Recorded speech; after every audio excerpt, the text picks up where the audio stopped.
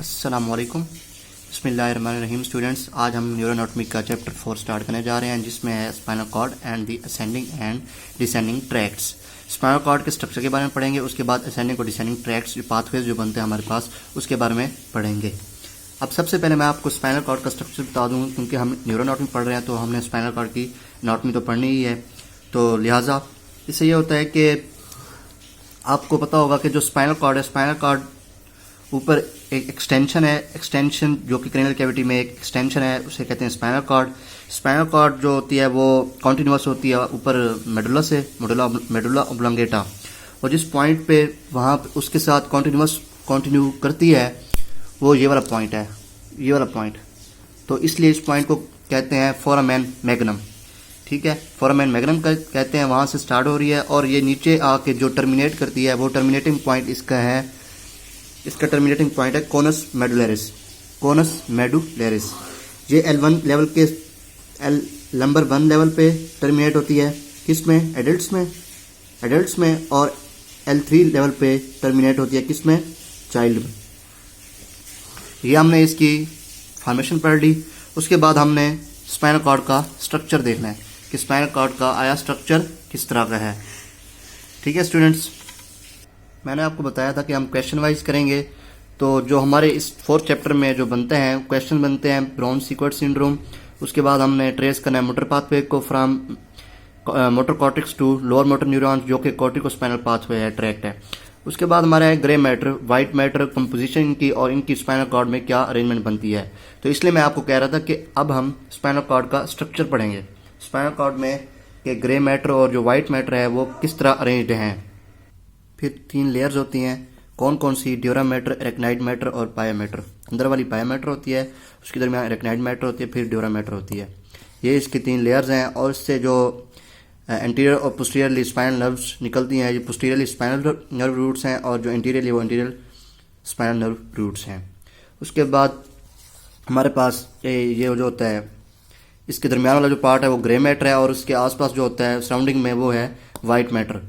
Grey matter और white matter हमने पढ़ा होगा कि हमारे पास होता है कि जो स्पाइनल कॉर्ड है या जो न्यूरॉन्स है, इनके 2 पार्ट्स होते हैं, इनके सेल बॉडीज होती हैं और प्रोसेसेस होते हैं। सेल बॉडीज में जो कलेक्शन, अब हमें कोई पूछे कि जो ग्रे मैटर है, ग्रे मैटर की डेफिनेशन बताएं, तो जो ये एच शेप है, ये देखें एच शेप बन रहा है, ये वाला एच शेप, ये हमारे पास ग्रे मैटर है, जिसमें जो कि कलेक्शन ऑफ सेल बॉडीज है, collection of cell bodies is called grey matter. उसके बाद ये प्रोसेसेस हैं जो कि एक्सॉन्स और डेंड्राइट्स होते हैं, वो क्या करते हैं, वो इंटीरियर वाइट कॉलम बनाते हैं या वाइट मैटर बनाते हैं जो सराउंडिंग में है उसके। उसके बाद ग्रे मैटर के बारे में हम पढ़ेंगे कि ग्रे मैटर है क्या। ग्रे मैटर ये है कि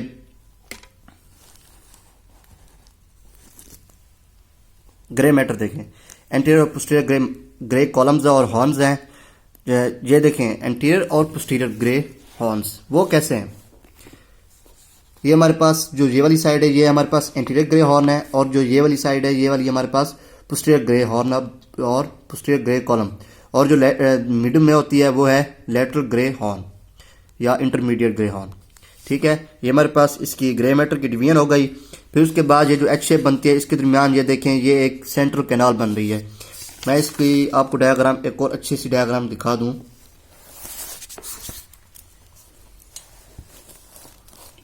ये देखें, यहाँ पे आप देखें, ये जो एच शेप है, ये जो इसके मिड वाला पोर्शन है, ये हमारे पास सेंट्रल कैनाल है। ठीक है, और इसको पोस्टीरियर ग्रे हॉर्न और इंटीरियर ग्रे हॉर्न को जो कंबाइन कर रहा है, वो इसको जो कहते हैं हम ग्रे कॉम्यूश्योर, ग्रे कॉम्यूश्योर। ठीक है, हमने पढ़ लिया, हमने ग्रे मैटर पढ़ लिया। ग्रे मैटर के साथ साथ हमने ये भी देखना है कि ग्रे मैटर की डिवीजन। अब जो इंटीरियर ग्रे हॉर्न है, इंटीरियर ग्रे कॉलम या इंटीरियर ग्रे हॉर्न, उसकी डिवीजन कैसे है कि इसमें जो नर्व सेल ग्रुप्स होते हैं, नर्व सेल ग्रुप्स अल्फा इफरेंट्स हैं और गैमा इफरेंट्स हैं। इसमें जो मल्टीपोलर हैं, मल्टीपोलर एक्सॉन्स होते हैं इनके, और मीडियल, सेंट्रल और लेटरल में इनकी डिवीजन है, जो कि आप यहां से देख सकते हैं। इनका कंपैरिजन भी दिया हुआ है इस टेबल में, ये आप यहां से पढ़ लें तो बहुत ही ईजी आपको समझ आ जाएगा। उसके बाद हमारे पास पोस्टीरियर ग्रे कॉलम है। पोस्टीरियर ग्रे कॉलम कैसे है? जो पोस्टीरियर ग्रे कॉलम है उसमें हमारे पास फिर डिवीजन की गई है पोस्टीरियर ग्रे कॉलम की। उसमें सब्सटेंशिया जेलेटिनोजा ग्रुप है, उसके बारे में हम बात करते हैं कि जो पोस्टीरियर ग्रे कॉलम है उसका जो एपेक्स होता है, एपेक्स वाला एंड वाला जो पोर्शन होता है, एपेक्स जो होता है वो वाला पोर्शन कहलाता है सब्सटेंशिया जेलेटिनोजा ग्रुप।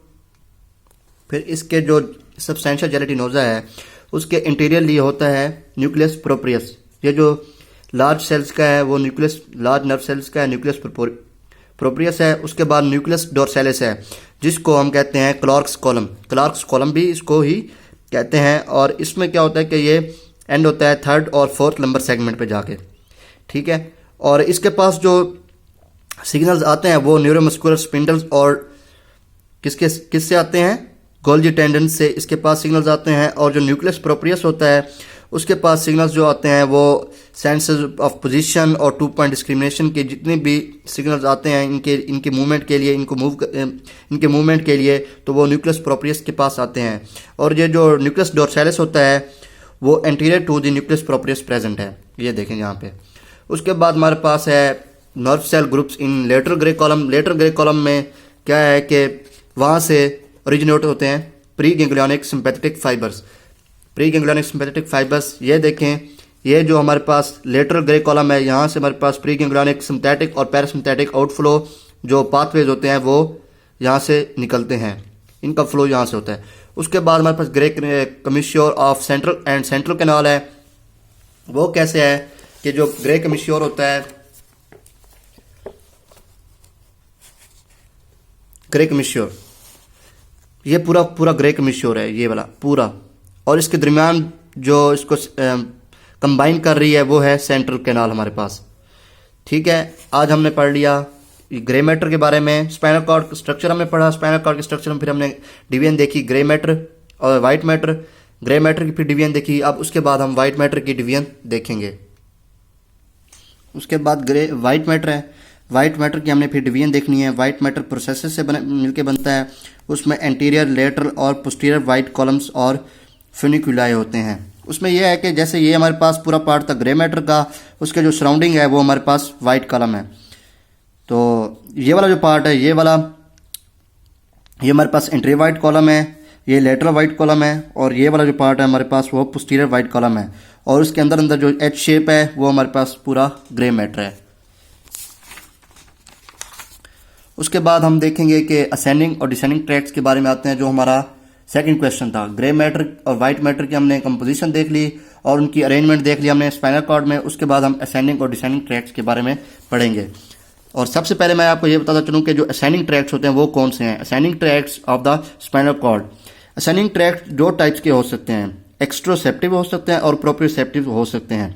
एक्सट्रोसेप्टिव इंफॉर्मेशन वो होती है कि कोई भी टेम्परेचर, पेन और टच आपको, जाहिर सी बात है, आउटसाइड मिला है ना, कोई टच है, कोई पेन है, आउटसाइड से मिला है, तो वो हमारे पास एक्सट्रोसेप्टिव होते हैं।